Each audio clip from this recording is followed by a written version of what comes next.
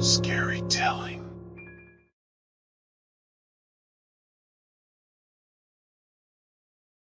I never thought I would live to see the day when we could record and share our memories.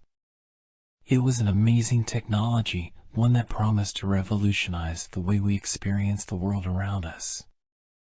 I was one of the first to get the brain implant, eager to start capturing my memories and sharing them with others.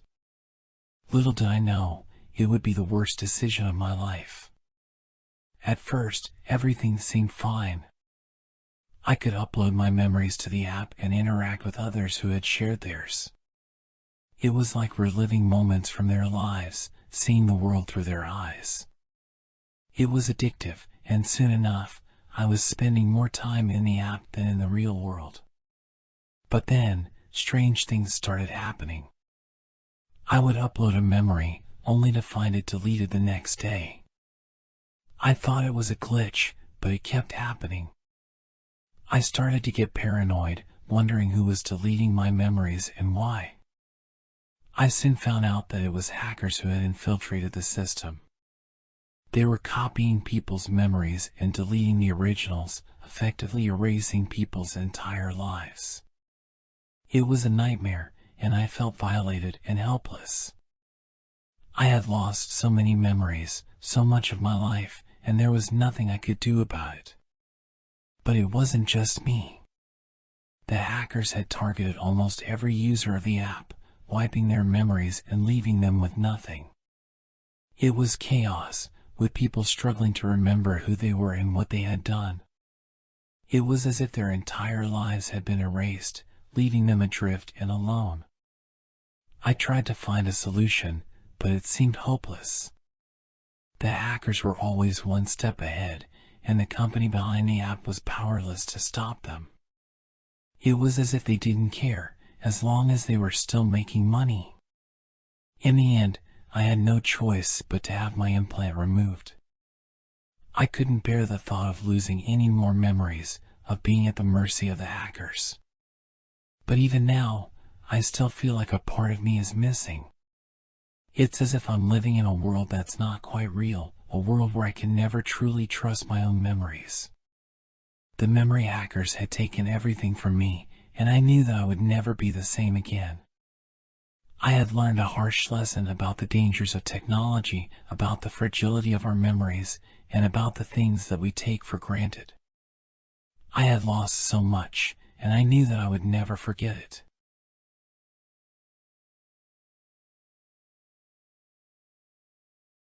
I never thought much of it when my daughter started talking about her imaginary friend.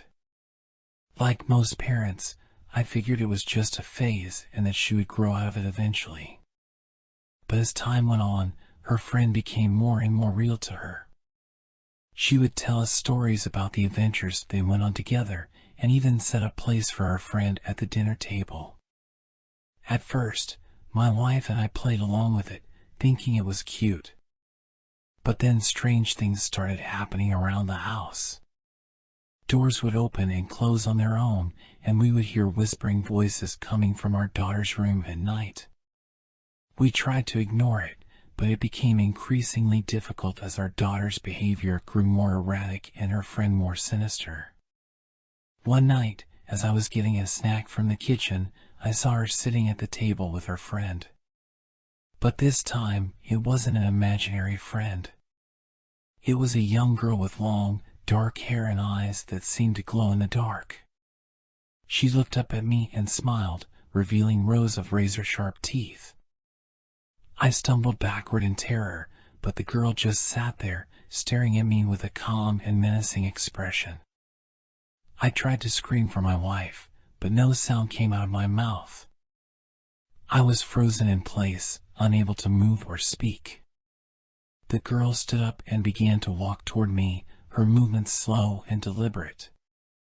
As she got closer, I could see that her skin was gray and cracked, like that of an old doll that had been left out in the sun for too long. Suddenly, I felt a sharp pain in my chest, and I fell to the ground, gasping for air. The girl loomed over me, grinning malevolently, and I knew that I was going to die. But then, as suddenly as it had started, everything went quiet. The girl disappeared, and I was left lying on the kitchen floor, feeling as if I had narrowly escaped death. From that moment on, my wife and I knew that we had to do something about our daughter's friend. We contacted a psychic who specialized in dealing with entities like the one that had been haunting our home, and she performed a cleansing ritual that seemed to do the trick. Our daughter's behavior returned to normal, and we never saw or heard from the girl again. But sometimes, in the quiet of the night, I can still hear her voice whispering in my ear, and I know that she is still out there, waiting for her next victim.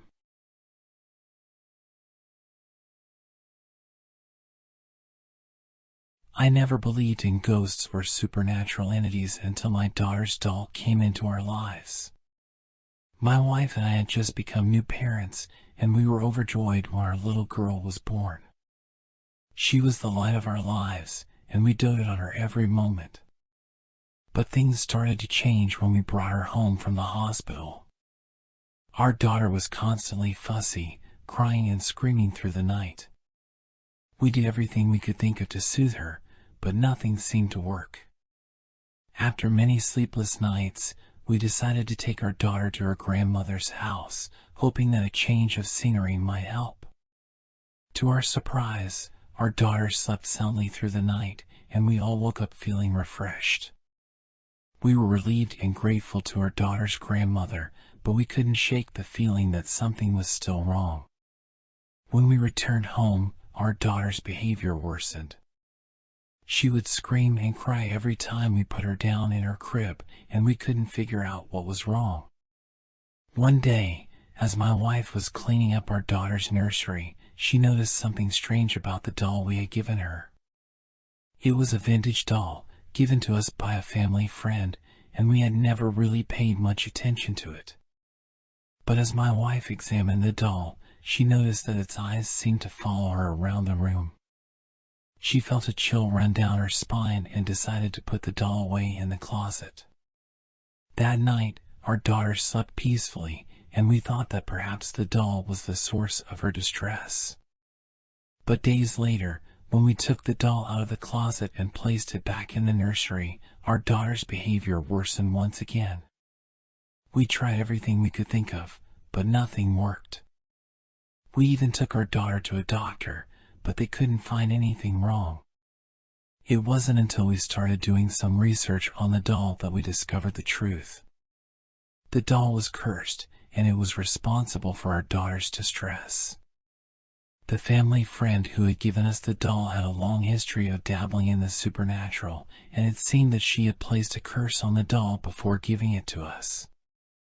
We tried everything we could think of to break the curse, but nothing seemed to work. It was as if the doll had a life of its own, and it was determined to harm our daughter. In the end, we had no choice but to destroy the doll. It was a difficult decision, but we knew that it was the only way to protect our daughter from the curse.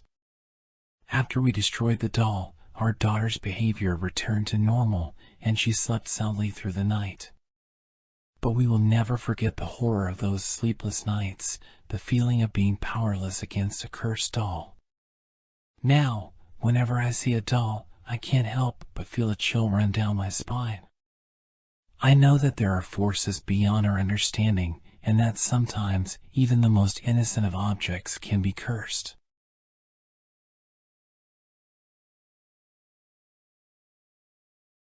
I was visiting my fiancé's hometown for the first time.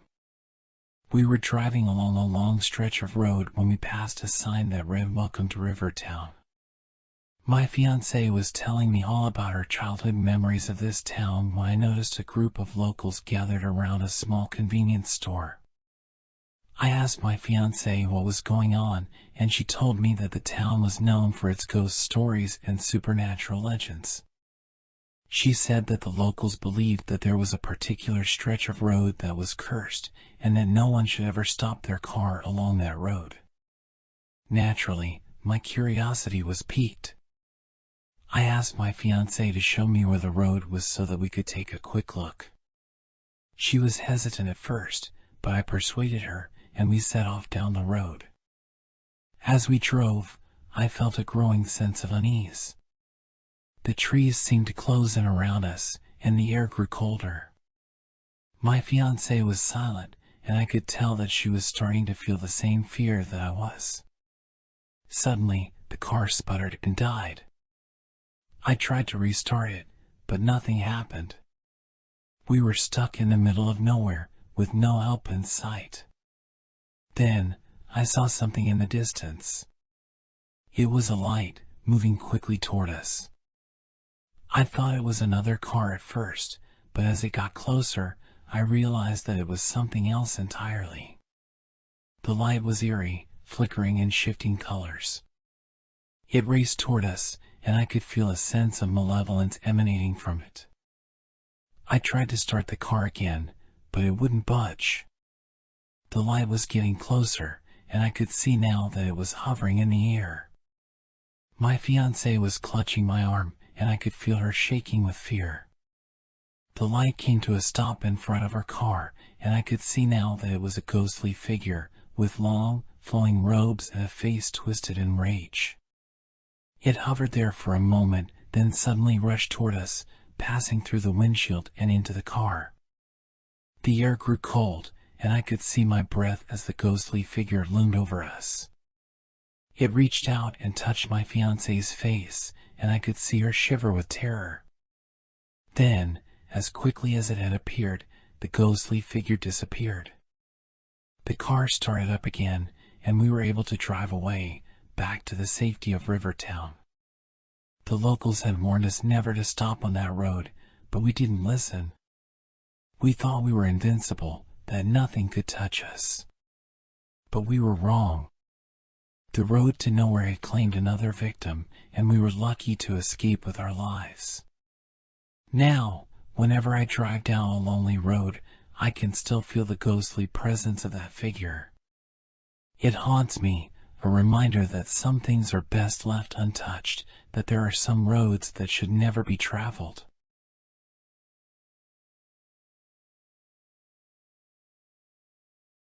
I moved to the small town of Willowdale in search of peace and quiet. However, the peace was soon shattered when a series of abductions of children started happening. It was like clockwork. Every few months, a child would disappear, and then they would be found hanging from a tree in the woods. The whole town was in a state of panic.